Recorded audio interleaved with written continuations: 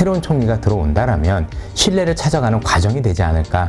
일본은 국가 부채가 세계에서 거의 탑 수준일 정도로 많습니다. 제가 알기로는 그나마 다행이라면 미국과 공조를 하고 있다는 겁니다. 추세가 전환이 되는 시점이 나온다라고 본다면 그 성장 동력이 최적화된 기업들이 또 시장의 주도주라는 이름으로 오르겠죠. 그럴 때는 정말 힘든 결정을 내리셔야 될 것 같아요. 시장은 빨리 하는 것보다 많이 하는 게 더 중요해요. 깊게 하는 것. 얼마나 깊게 하느냐.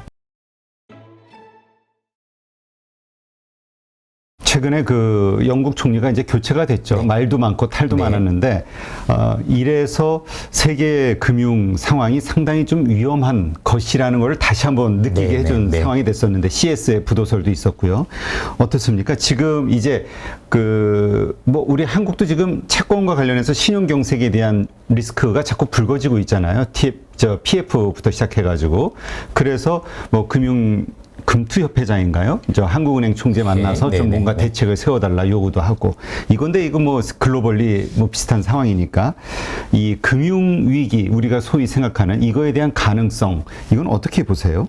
사실 금융 위기는 우연히 올 수도 있고 필연적으로 올 수도 있고 예를 들어서 필연적으로 온다라면 현재 시중에 있는 금리 특히 미국의 기준금리가 현재 4%대가 아니라 5% 이상으로 급등할 때가 아니겠습니까? 그런데 이미 그런 금융위기가 올 정도면 연준은 금리 인상을 더 지속 못한다라고 보면 저는 현재 금융위기까지 얘기하는 건 너무 조금 앞서 나간 게 아닌가 그렇게 극단적으로까지 생각할 필요는 없다라고 보여지고 이런 얘기들이 나온 것 같은 건 그만큼 사람들이 많이 겁을 먹었기 때문이 아닌가 이렇게 많이 겁을 먹었다라고 놓고 본다라면 이게 결국 그 지수 하락 또는 이런 위기와 관련해서 제일 마지막에 나타나는 국면이거든요. 통상적으로 더 안 좋아진다, 위기로 간다 이런 말씀들 많이 하시지 않습니까? 그렇죠. 예, 그래서 너무 거기까지 제가 볼 때는 우려하시는 거는 조금 제가 볼 때는 자제하실 필요가 있다라고 생각이 들고 그렇지 안 그렇지는 알 수는 없지만 저는 그렇게까지는 가지는 않는다라고 보고요.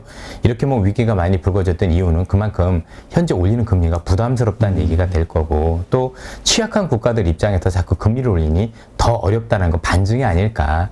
그리고 그런 얘기가 나올 정도로 못 견딘다는 얘기가 될 거니까 제가 볼 때는 거의 임계치에 온 거다라고 보고 그 임계치가 금융위기로 몰기보다는 결국에 금미국의 금상도 별로 멀지 않았다라는 쪽으로 좀 해석해 주시는 게 맞지 않을까 싶어요. 네. 일단 영국 저 총리가 교체가 됐고 뭐 그것이 이제 긍정적인 신호로 보는 경우도 있고 또 불확실성 어떤 사람이 또 총리가 되고 또 어떤 일이 벌어질지 모르니까 불확실성에 대한 걱정으로 또 뭐 두려워하시는 분들도 있긴 한데 이 유럽 상황은 어떻습니까? 이전까지는 또 한파가 또 오지 않을까? 네. 에너지 뭐 충분히 모았다라고 얘기는 하지만 또 한파가 오거나 이상기후가 왔을 때에는 또 다른 상황이 될 수도 있으니까 현재 유럽과 관련해서 보면 조금 좀 이제 재밌는 표현이 영국을 유럽이라고 얘기하는 좀 그런 것 같고 브렉시트가 됐으니까 그렇죠. 이 트러스 총리의 별명이 영어로 보니까 수류탄 트러스트라고요. 그래서 그래요? 제 표현이 아니고요. 공식 표현입니다. 그만큼 이제 되게 이제 비하하는 그 우리 쉽게 해서 우리 말로 표현하면 폭탄이다. 폭탄이죠. 예, 예. 그래서 실제 좀 많이 아쉬웠습니다. 나름대로 국가를 위해서 성장 정책을 쓰려는 의도는 있었던 것 같지만 이게 금융시장에 미치는 파장을 예상하지 못했던 게 아닌가라는 생각이 드는데 통상적으로 이렇게 정책적으로 잘못했을 때는 가장 불확실성을 없애는 건 결국 신뢰를 찾는 게 제일 중요한 거니까 빠르게 말을 바꾸는 겁니다.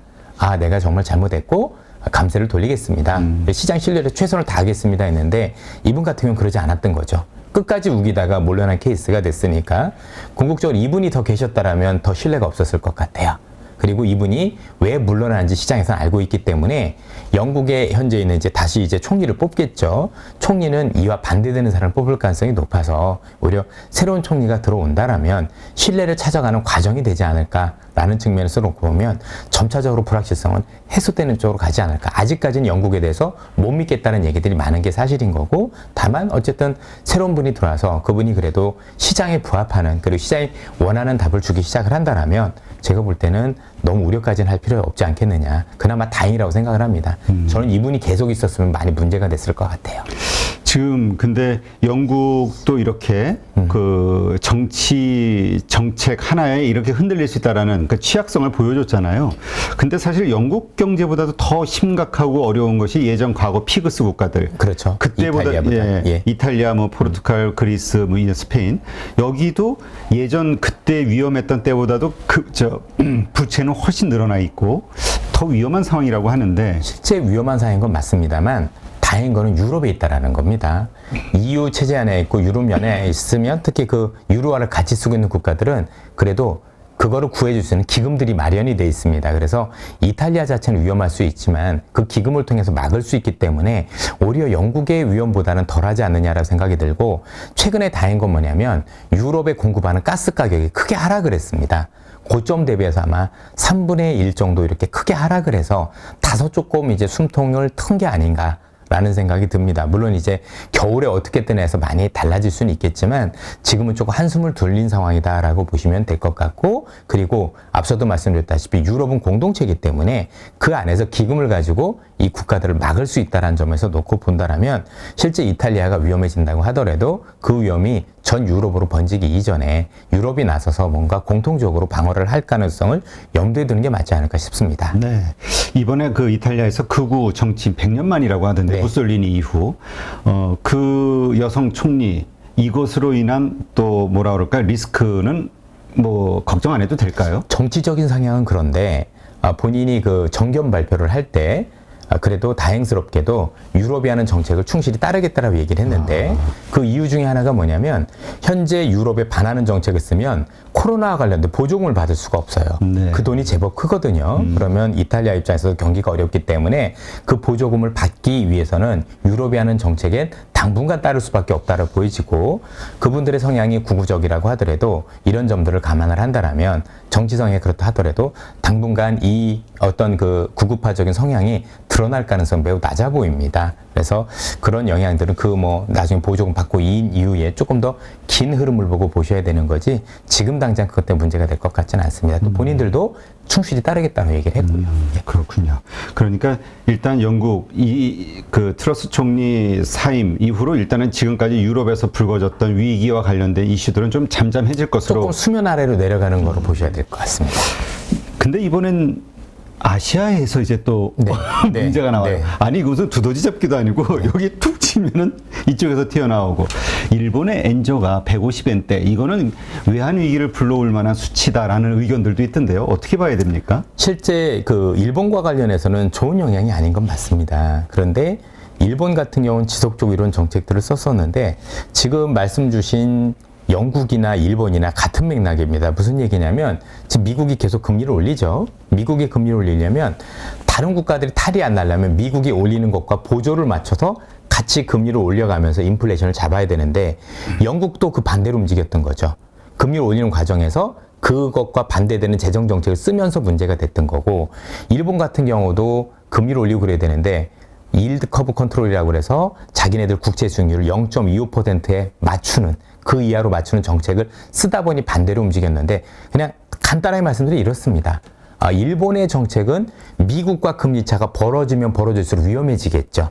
미국이 금리가 오를 만큼 일본의 금리도 오른다라면 문제가 없는데 잘 아시다시피 일본은 국가 부채가 세계에서 거의 탑 수준일 정도로 많습니다. 제가 알기로는 200%가 훨씬 더 넘고 그러다 보니까 여기서 금리를 올리는 만큼 일본 정부가 갚아야 될 빚의 어떤 그 수준이 너무 많을 수밖에 없기 때문에 쉽게 못 올린다라고 보거든요. 그런데 이것과 관련해서 우려가 될 수 있는 건 맞는데 그나마 다행이라면 미국과 공조를 하고 있다는 겁니다. 왜냐하면 만약에 일본이 잘못됐을 경우 일본이 잘못되면 일본이 가지고 있는 미국 국채를 던지게 됩니다. 그렇죠. 그러면 미 국채 시장이 우리가 생각하는 것보다 훨씬 더 안 좋은 쪽으로 그러니까 국채 금리가 확 뛰겠죠. 이러면 생각보다 큰 금융위기로 반전될 가능성이 높다라는 걸 미국도 잘 알고 있기 때문에 항상 일본은 정책을 쓰면 미국이 여기에 보조를 맞춰주고 그리고 립 서비스도 하는 경향들을 많이 보이고 있어요. 그래서 쉽지 않은 건 맞아 보여요.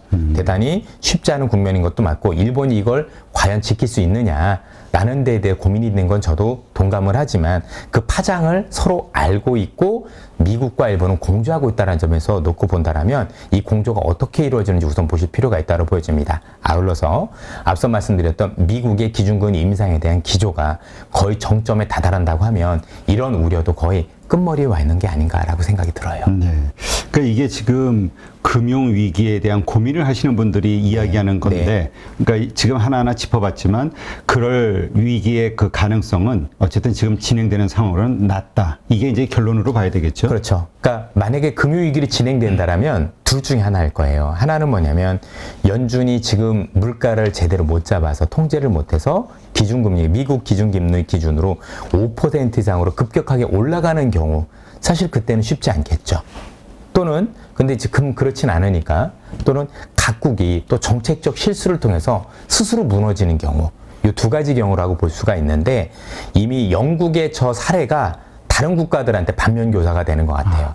왜냐하면 왜냐하면 각자 자기가 어려우니까 먹고 살기 힘드니까 각자 해결책을 내놓는데 이게 이제 글로벌 흐름하고 안 맞는 거잖아요. 네. 미국의 흐름하고. 그러다가 영국 보면서 느끼기 시작한 거예요. 이렇게 하면 안 되는구나. 오히려 내가 그걸 통해서 정치적 돌파구로 마련하려고 했다가 더 크게 잃는 걸 본 거예요. 왜냐하면 결국엔 정치하시는 분들은 내가 정권을 잡는 게 목적인데 트러스 총리는 끌어내려진 거잖아요. 그렇죠. 그럼 내가 원하는 모습이 아닌 거죠.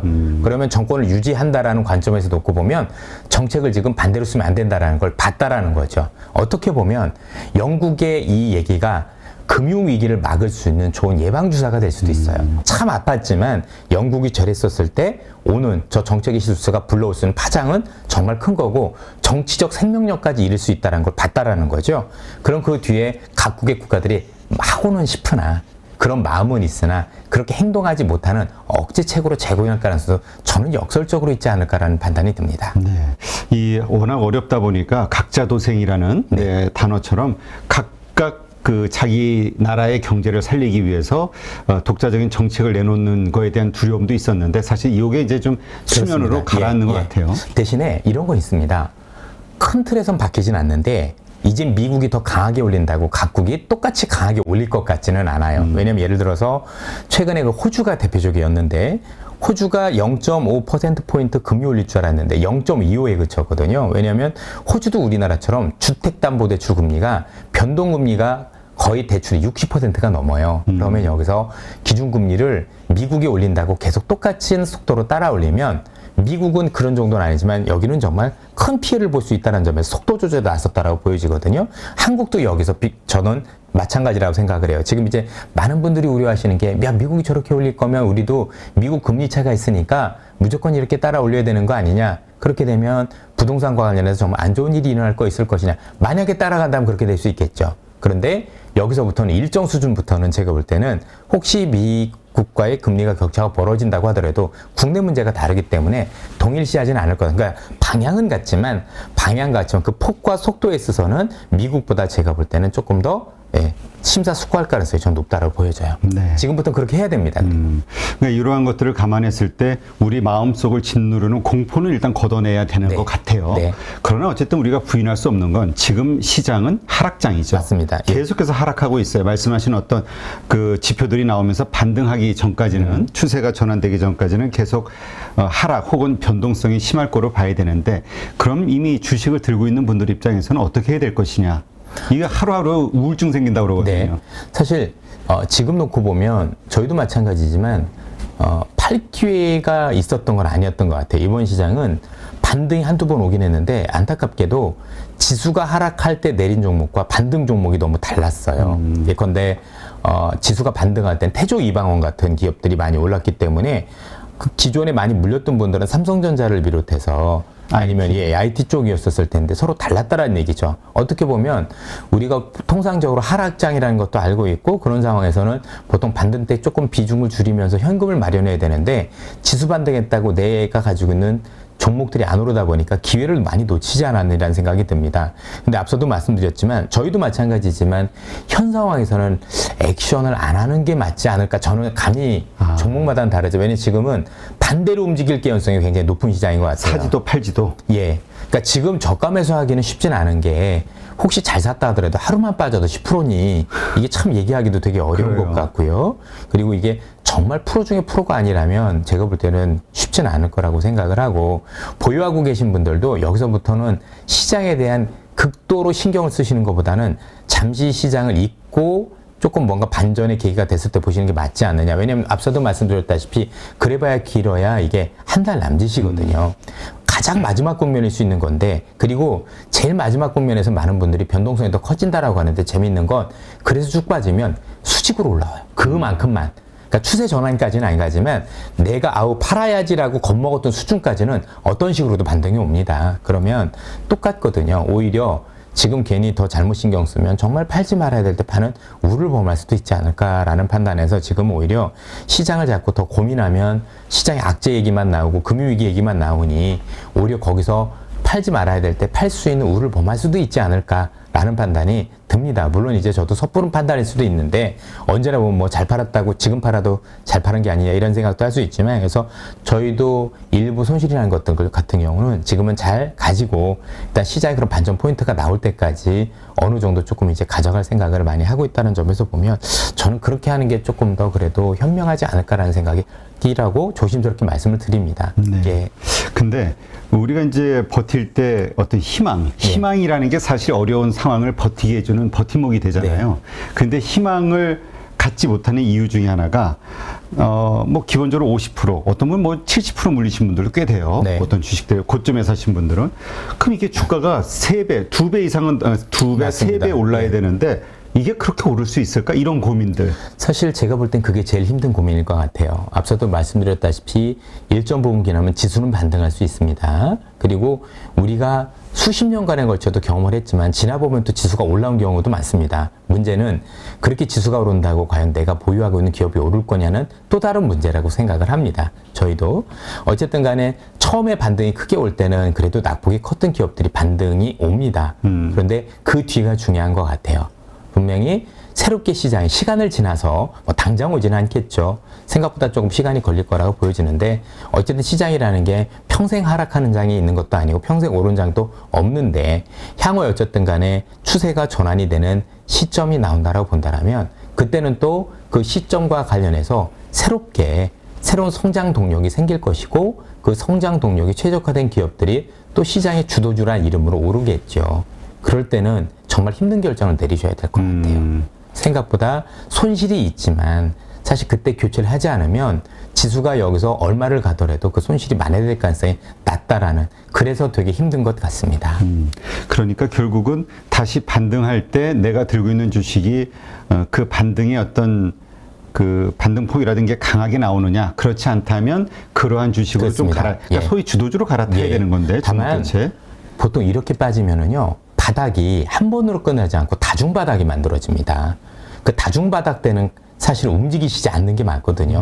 통상적으로. 왜냐면 한 번 올 때 뭐 환율로 한 번 올랐다가 또 그 다음엔 또 너무 싸다란 이유 올랐다 여러 번 반등을 하는데 여기서 대부분 많은 투자자들이 더 큰 손실을 보세요. 그래서 여기서는 그런 반등 몇 번에 통통 튀는 반등이 있었을 때는 그건 조금 제가 볼 때는 오히려 손실을 줄이는 기회로 가만히 있는 게 더 나을 수도 있는 오히려 그 반등을 잘못 따라다니면 반대로 움직일 가능성이 꽤 높다고 보여집니다. 왜냐하면 이번에 만약에 물가 지표가 꺾인다고 해서 큰 반등이 나온다고 하더라도 많은 분들이 얘기하시는 그 뒤로 실적 때문에 한 번 더 내릴 수 있다고 보여지거든요. 다만 그렇죠. 그분들하고 저하고 생각이 다른 건 뭐냐면 저는 이번에 물가가 유의미하게 꺾이는 반등보다는 그래도 실적으로 꺾이는 게 덜할 것이다라고 보는 거고 다르게 보시는 분들은 실적으로는 꺾이는 게 지금보다 더 밑으로 내려갈 것이다 보는 게 좀 다른 것 같아요. 어쨌든 2, 3중 바닥은 계속 나올 수밖에 없다라는 거에 대해서는 서로 이견이 없다라고 보니까 그때까지는 오히려 이런 것들을 감안해서 포트폴리오를 변경하는 건 조금 어렵지 않느냐. 또 새로 진입하는 분도 마찬가지겠죠. 여기서 이제 진입은 했는데 지수는 별로 움직임이 없었는데 의외로 손실이 날 수도 있는 구간이라는 거 그런 것들도 좀 기억해 주시면 좋을 것 같습니다. 알겠습니다. 상당히 그 많이 물려서 네. 지금 힘들어하시는 분들, 네, 그걸 이렇게 좀 뭔가 그 아이디어를 그 위기 탈출 아이디어를 생각해 볼 수 있는데 근데 그렇게 용기를 내다가도 결국은 이렇게 다시 무너지는 게 주저앉는 게 그래서 다음 주도주가 뭔데 여기에서 이제 자신이 없단 말이에요. 그럼요. 또 좋을 것 같아서 샀는데 또 밀릴까봐 지금 그동안은 태조 이방원이 참 좋은 역할을 네네. 해왔잖아요. 상승의 네네. 어떤 네. 주도주 네. 역할을 해왔는데 요즘 이제 조정을 받고 이제 각계 전투로 가고 있죠. 전투로 가는 것 네네. 같아요. 일단 이 태조 이방원의 흐름 어떻게 보시는지 좀. 사실 이 기업들이 결국 미래를 결정하는 키워드가 될 거라고 생각을 하고 어차피 이전에도 그랬지만 이게 한꺼번에 다 갈 수는 없습니다. 결국 순차적으로 각각의 기업들이 그런 시류에 맞게끔 움직일 수 있다라고 보여지는데 저는 여전히 이런 그 관련 기업들 중에서 또 태조 이방원이라서 태광이라고 다 가는 것도 아니고 2차 전지로 다 가는 것도 아니거든요.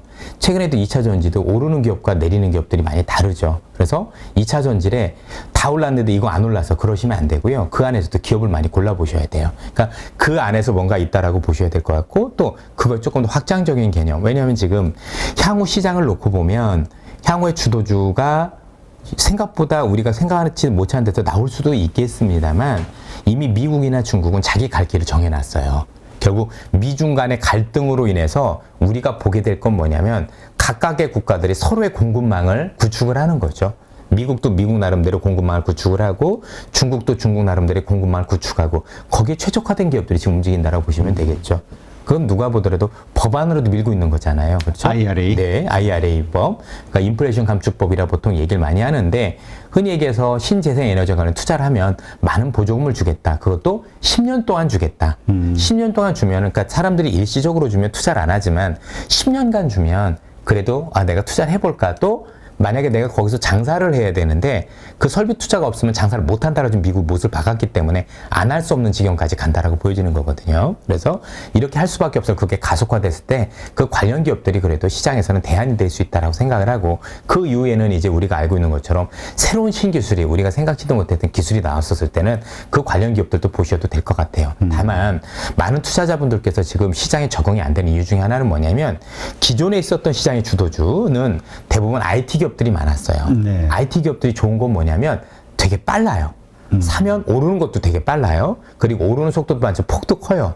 거기에 익숙해지다 보니까 지금은 제가 말씀드렸던 기업들은 구경제 기업들이에요. 흔히 얘기해서 굴뚝주라고 하죠. 이런 기업들은 정말 거북이처럼 움직입니다. 정말 느리고 얘 오르긴 오르냐? 언제 오르냐? 이럴 정도로 되게 느리거든요. 그래서 기존에 있었던 성장 방식과는 다르다는 점에서 이 성장 방식에 익숙해져야 될 필요도 있을 텐데 참고로 2008년 이후로 이런 어떤 굴뚝주들이 움직인 사례가 거의 없었기 때문에 많은 투자자분들은 엔터나 게임이나 IT가 올렸던 거가 일반적인 종목의 움직이심이라고 잠깐 생각하시는 것 같아요. 그런데 그런 기업들은 그렇게 움직이지만 중후장대한 기업은 오르는 기간도 굉장히 길고 오르는 폭도 굉장히 천천히 오르는 특성들을 가지고 있습니다. 그래서 우리 속된 표현으로 나중에 이 기업들 가지고 돈 벌고 암도 걸린다 뭐 이런 얘기도 또 할 정도니까 이런 특성을 이해하시고 그 관련 기업들에 대해서 모니터링 해보시는 것도 좋을 것 같습니다. 그리고 투자한다면 장기 투자 관점에서 맞습니다. 볼 수밖에 예, 예. 없다. 네.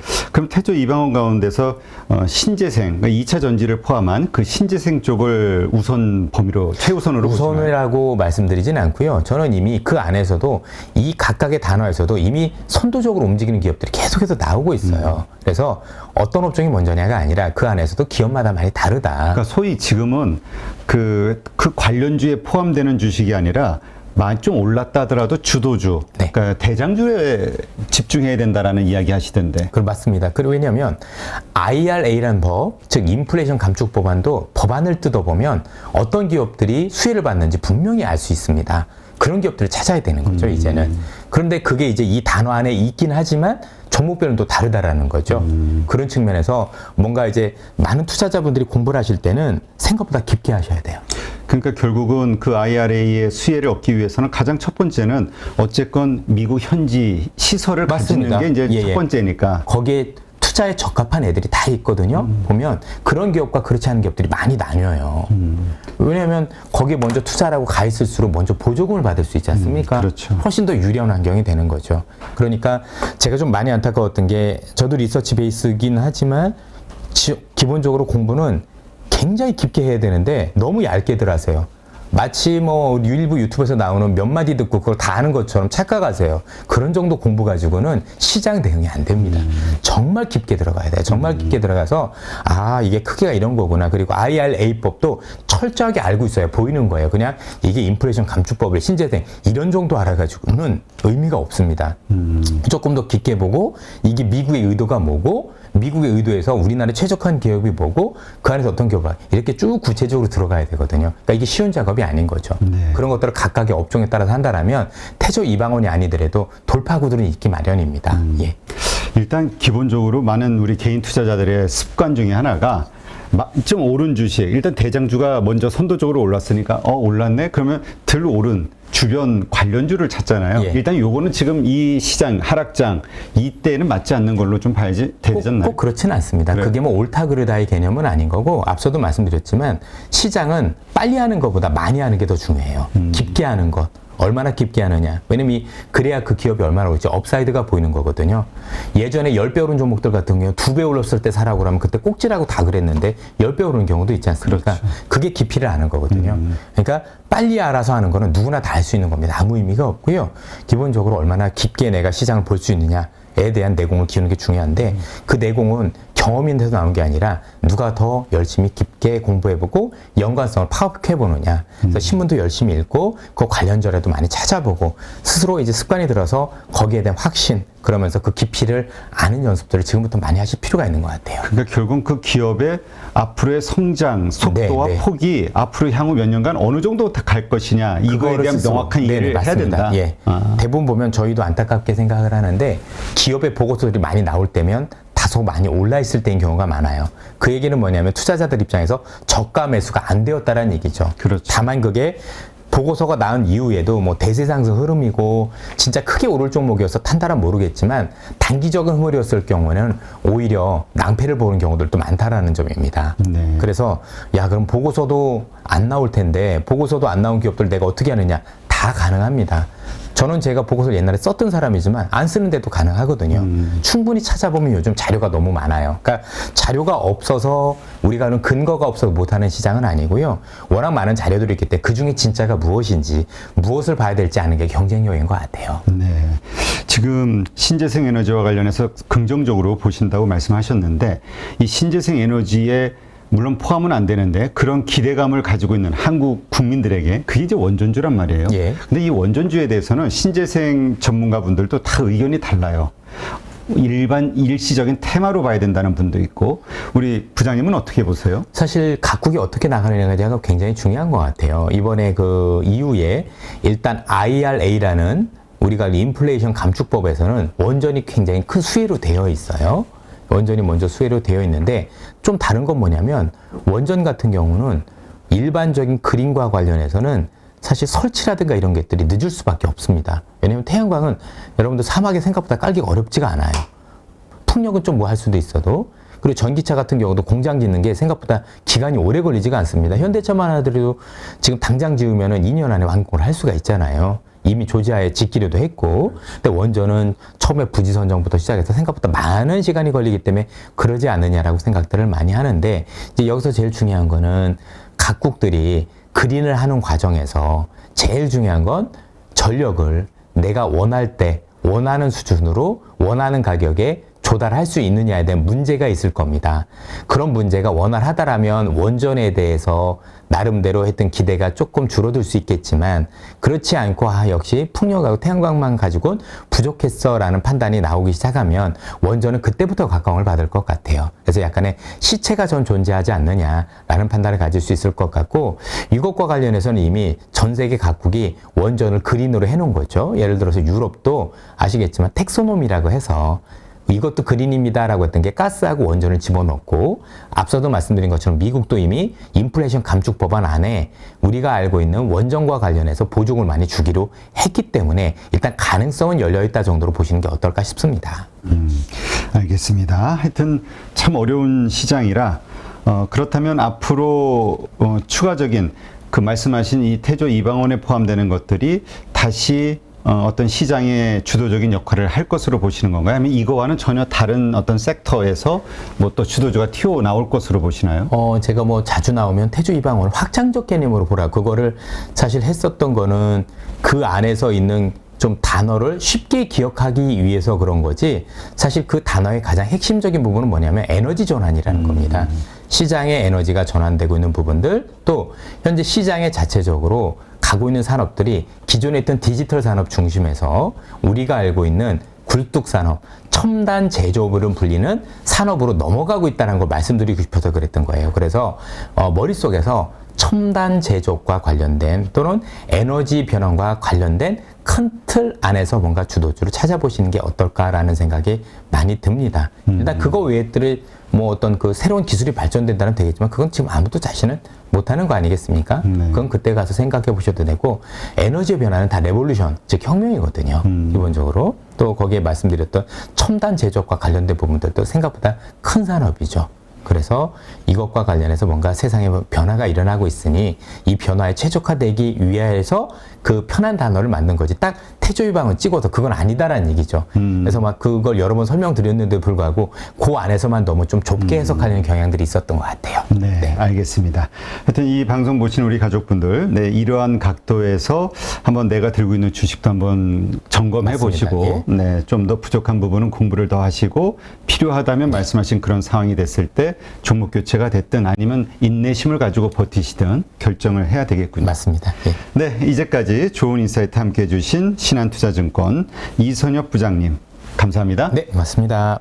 누구나 1시간 안에 200개 종목에서 좋은 종목을 고를 수 있는 그런 능력을 배양할 수 있도록 제가 도와드리려고 그렇게 하고 있습니다.